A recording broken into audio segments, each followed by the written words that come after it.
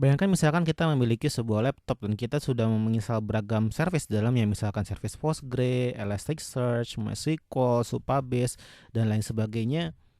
Lalu tiba-tiba kita ingin memiliki laptop baru, dan bagaimana sih cara paling enak untuk memastikan bahwa misalkan kita memiliki sebuah laptop, lalu kita taruh di laptop baru, atau misalkan kita taruh di VM, atau ditaruh dimanapun juga, kita bisa memiliki environment yang konsisten dimanapun kita berada tanpa kita harus ribet-ribet lagi menginstal Postgre, install Elasticsearch, install Supabase, install MySQL, dan lain sebagainya.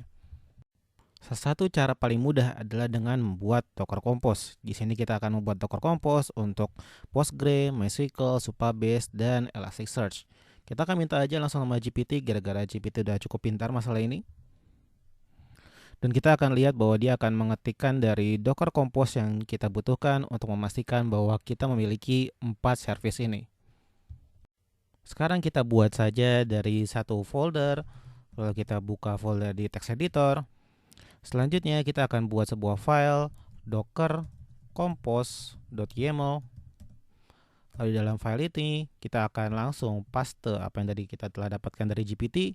Kita save, dan di sini kita akan langsung menjalankan dari Docker Compose-nya dengan mengetik docker compose app minde. Dan kita lihat kita akan otomatis mempull dari 4 image Supabase, Postgre, Elasticsearch, dan MySQL. Oke, di sini ada error karena seingat saya mungkin Supabase itu nggak bisa sebenarnya. So nggak semudah itu untuk Supabase, tapi yang lain harusnya bisa. Kita jalani lagi, dan kita lihat sekarang kita lagi dalam proses pulling images. Di sini kita lihat bahwa kita berhasil mempull, habis itu starting. Jadi kita merunning dari image-nya. Kita lihat kita membuat ada namanya network, ada juga namanya volume. Mungkin kita tidak akan membahas ini sekarang. Maka jika didiagramkan mungkin kurang lebih seperti ini. Jadi kita diawali oleh Docker file. Jika teman-teman belum tahu apa itu Docker file, teman-teman bisa melihat dari video sebelumnya yang saya akan taruh di bawah deskripsi. Lalu Docker file ini akan membuat jadi Docker image, dan Docker image terkadang bisa langsung kita buat sebagai Docker container jika kita memang sudah punya image-nya di lokal kita, atau kita bisa mengambil dulu dari Docker repository, yaitu Docker Hub yang biasa umumnya dipakai. Tapi jelas kita bisa membuat repository sendiri jika dibutuhkan, dan kita bisa ngambil Docker repository ini lalu kita bisa mengubahnya menjadi Docker container. Dan di Docker repository ini ada banyak banget dari public repository yang bisa kita pakai seperti MySQL, Postgre, dan lain sebagainya. Untuk membuka Docker repository, teman-teman bisa mengetik aja hub.docker.com, dan di sini teman-teman bisa lihat bahwa kita bisa search. Di sini harusnya ada Postgre. Kita lihat sini harusnya ada Postgre, bisa juga Redis mungkin, ada MySQL, dan lain sebagainya ada di sini. Oke, sekarang kita akan ngobrol dikit mengenai isi dari Docker Compose-nya. Sebelumnya mungkin saya akan Docker Compose down dulu. Kita akan matikan seluruh kontainer yang ada di file folder ini. Lalu kita akan lihat bahwa di sini ada beragam services. Jadi di sini images yang bisa kita pakai. Dan di sini kita lihat kita menggunakan Postgre 15. Dan di sini ada namanya ports, ada namanya volume, dan ada namanya environment. Environment variable, katanya teman-teman seharusnya cukup familiar. Dan ports ini adalah port yang diekspos dari image-nya. Jadi misalkan image ini kita menjalankan kontainer, jadi kita yang ini adalah yang diekspos dari kontainernya. Jadi sebuah image adalah raw kontainer yang belum jadi. Lalu ketika kita sudah menjalankan kontainernya, maka kontainernya akan mengekspos dari port. Nah, port ini yang diekspos adalah port 5432, dan kita akses juga di 5432. Jadi ini adalah port yang di lokal kita yang kita bisa dipakai akses untuk mengakses dari port kontainer. Jadi bikin ini kita bisa ganti menjadi 8080. Nah, misalkan seperti ini, nanti ketika kita kredensial dari lokal kita, maka kita mengaksesnya di 8080, dan 8080 ini di komputer kita, sementara yang di kontainer tetap dia mengekspos dari port 5432. Lalu selanjutnya ini ada volumes. Volumes ini apa? Volumes ini adalah ketika kita ingin persis data kita di lokal, sehingga nanti ketika kita lihat di sini ada namanya Docker volumes, atau mungkin Docker volume.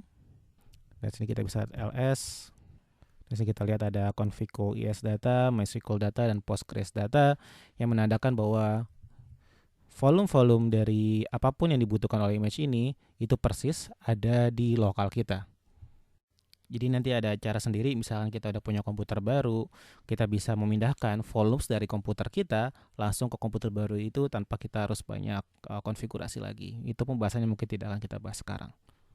Nah, sekarang kita coba aja untuk jalanin lagi. Docker compose up minde. Minde ini untuk mengasih tahu bahwa ini detach, sehingga kita bisa mendetach, jadi kita nggak running terus dari komennya, sehingga kita nanti bisa menjalankan ls dan lain sebagainya setelah dari kontainernya sudah start. Jadi seperti ini, kita langsung bisa clear dan lain sebagainya.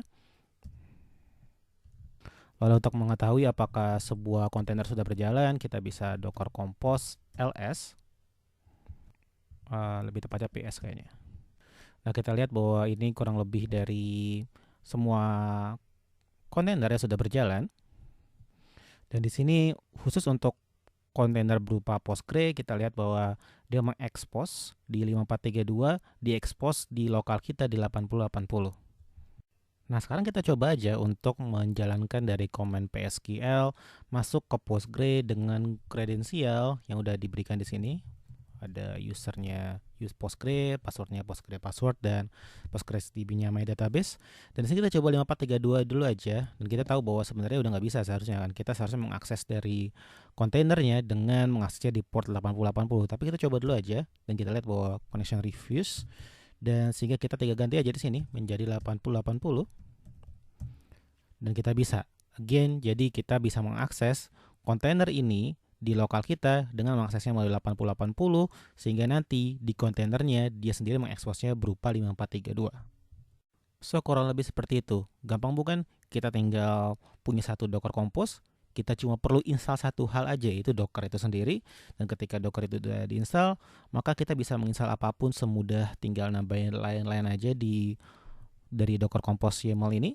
Lalu setelah kita misalkan kita memiliki laptop baru atau kita pengen menaruhnya di VM dengan environment yang sama dengan di lokal kita, mungkin untuk staging dan lain sebagainya, maka kita tinggal kopas aja dari Docker Compose.yaml-nya dan taruh di environment baru tersebut.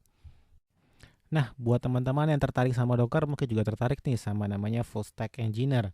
Teman-teman tertarik menjadi front end dan back end sekaligus, maka teman-teman bisa jadi cocok sama program ini yang dibuat oleh Ruang Guru Engineering Academy.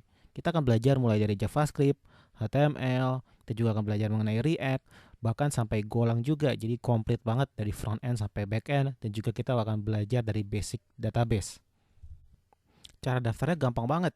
Tinggal buka Ruang Guru Engineering Academy atau rea.ruangguru.com dan teman-teman bisa langsung belajar di sana. Saya tunggu di kelas ya.